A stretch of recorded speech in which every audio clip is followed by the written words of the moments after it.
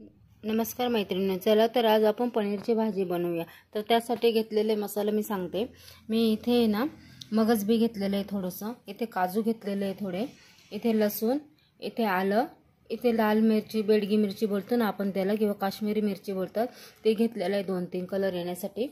आणि इथे 3 मीडियम कांदे घेतलेले आहे, इथे 2 टमाटे आणि हे पनीर घेतलेले आहे। चला तर आपण आहे ना हे कांदे टमाटे कटिंग करूया, पनीर पण कटिंग करूया। आणि ना हे कांदा टमाटा बाकीचे हे सर्व आहे ना पनीर सोडून आपण आहे ना त्याला 2 शिट्ट्या घेऊया। तर हे पहा मैत्रिणींनो, इथे आपण टमाटा कांदा कटिंग करून घेतलेला आहे। तर आता हे सर्व आहे ना आपण कुकरमध्ये टाकून आहे ना कुकरला 2 शिट्ट्या घ्यायचे आहे, पाणी थोडंसं टाकून। चला तर मग 2 शिट्ट्या घेऊया।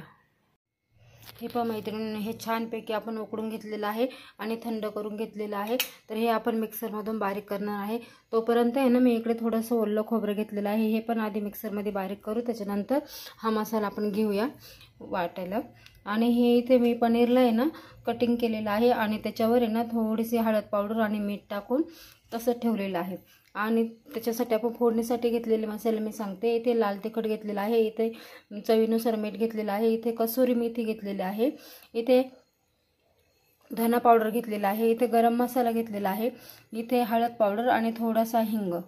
चला तर मग आपण हे मिक्सरमधून बारीक करूया। आता हे पहा मैत्रिणींनो, छान अशी मस्तपैकी आपण मिक्सरमधून हे पेस्ट करून घेतलेलं आहे। तर आता आपण आहे ना भाजी फोडणीला देऊया। चला तर मग इथे मी कढई तापायला ठेवलेली आहे, त्याच्यामध्ये हे सर्व मसाले घेतलेले आहे ना हे आपण टाकणार आहोत।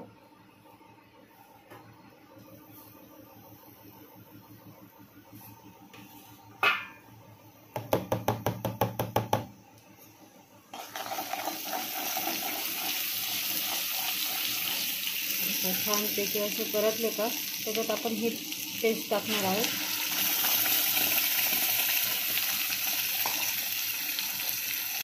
हे पहा मैत्रिणींनो, छानपैकी असे भाजीला उकळी आलेले आहे। तर त्याच्यात आपण आहे ना हे पनीर टाकणार आहोत।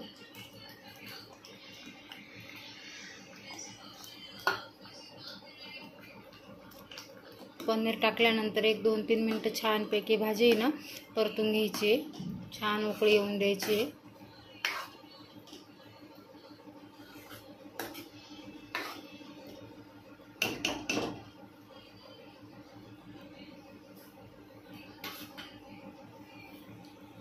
हे पहा मैत्रिणींनो, छान असे आपला मसाला पनीर ढाबा स्टाईल छानपैकी तयार झालेले आहे।